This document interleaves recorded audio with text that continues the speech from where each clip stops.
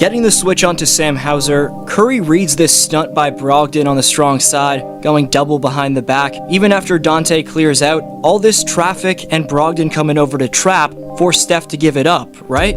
It's actually just another hard stunt from Malcolm, which Curry's already aware of, and he goes hezzy dribble, hard cross, back between the legs right, and step back bomb from about the logo, looking away while it falls through. The shooting range and balance off the dribble from prime Steph is different. All without Wiggins. The Dubs defense locked up their old pals in the Boston Celtics. They held the team with the best offensive rating of all time to an individual season worst 107 points. Despite a late 11-2 run from the Celtics, who for the most part had one of those nights. After Steve Kerr called his second time out down the stretch, the Warriors finally threw a counterpunch. Kuminga postered Tatum, Poole stuffed Jaylen Brown, as Jordan and Jonathan displayed the future is bright. Meanwhile, the Splash Brothers made an insane 26 field goals as Klay Thompson posted a game-high 34, and Steph closed the game out with daggers when Boston made it close. Moses Moody replaced Anthony Lamb as the second-string combo forward, giving Steve Kerr a solid 12 minutes. The front court was also solid as Kevon Looney racked up 15 rebounds, while Draymond had 11 points, 4 boards, and 2 dimes, plus a block. Albeit in the midst of a rough season, the Golden State Warriors just reminded us who they are. Right before breaking down that, just 10.9% of you watching are subscribed, so if a higher chunk of you were, that'd be helpful. Leave a like for the YouTube algorithm, and please follow at DFlowHoops on Instagram and Twitter by clicking the links down below in the description. Thanks so much for the support. Back to the content. We'll get to the feel-good W against the powerhouse Celtics, but what made the victory so much needed for Golden State, in my opinion at least, is the fact that this season has been anything but smooth sailing.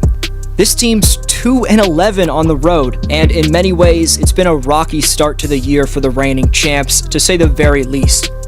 While the Dubs are 12-2 at home, the struggles away from the Chase Center are far from behind this Warrior team, and it won't get any easier when they face a Bucks team on Tuesday that just got Chris Middleton healthy. Despite the turbulence entering what's going to be a 6-game road trip, the Dubs currently sit at number 8 in the West, and the number 1 seed is still 4.5 games within striking distance. Against Boston, the Celtics were missing a big part of their early success in Al Horford, and also a player who's been out for the entire season in the Time Lord Robert Williams. However, canceling that out is the fact that Golden State was missing their second option, Andrew Wiggins, yet still played exceptional defense and blew out the Celtics by nearly 20.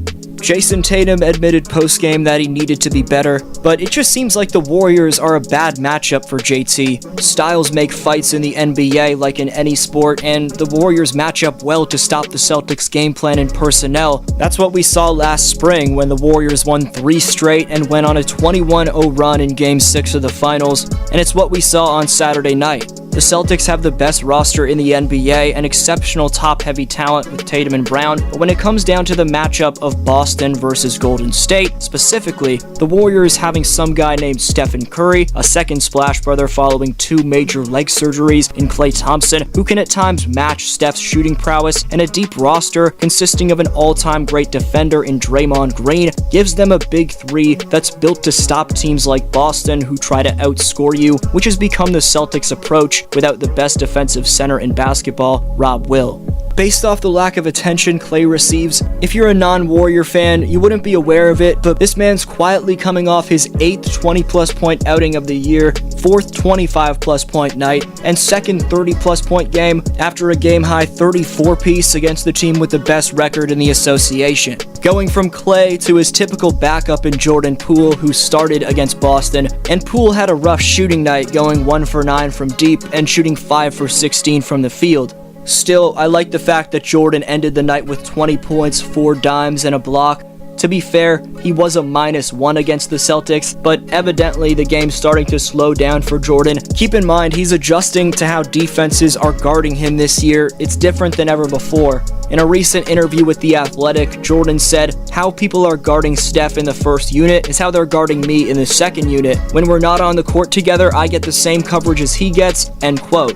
Getting used to being guarded like a number 1 option takes its fair share of time for a player, but the target on Poole's back is nothing new for him. In 2019, a CBS reporter called the product of Michigan, who was selected down at pick number 28, the worst pick in the entire draft. I wonder what the guy who said that is doing nowadays, whereas JP's getting a fat bag and is coming off a championship series where he posted 79 points over 6 games on a 44-39-91 shooting split off the bench. In terms of 22-23, Jordan's numbers as a starter this year are incredible, as in those games he's posted 20, 36, 23, 21, 26, 36, 20, and 30 points respectively. Going from the Michigan product in Poole to the Michigan State product in Draymond Green, and the advanced stats prove that Golden State's enforcer is playing his heart out in a contract year. Dre's played 97 minutes in lineups without Steph this season and posted a 99.5 defensive rating, which would rank number 1 among all teams, and he's also posted a plus 7.7 net rating in those minutes, which would be second best behind Boston.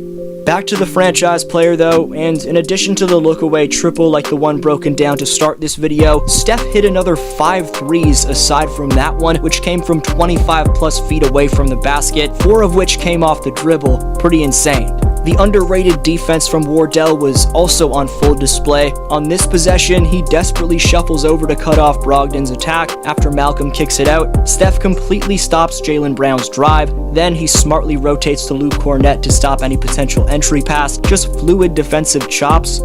Last year, Curry was number 4 in defensive rating among point guards, directly behind Marcus Smart. This year, Steph ranks just number 11, but he's directly ahead of Marcus Smart. He remains criminally underrated on defense. You can't forget about Jonathan Kuminga's contributions to the W against Boston. Kuminga played 0 minutes in the finals, but has recently been showing he's ready to contribute as a regular rotation guy. In 21 minutes against Boston, Jonathan posted 14 points, 5 boards, and 3 dimes. Curry spoke on JK postgame saying, "He belonged out there tonight. You could really feel that," end quote. Draymond said postgame that he's not concerned about anyone in the West. And while that may be a bit of a stretch, considering how the Pelicans are playing, and I also think Golden State's second-round matchup from last year in the Grizzlies could be a problem, based off Green being a 4-time and reigning champ, we can't really doubt the man. Of course, we also can't doubt the production of Steph, but while Twitter casuals continue to claim that Steph's in his typical December slump, Curry's having a 50-40-90 season while averaging 30 points per game.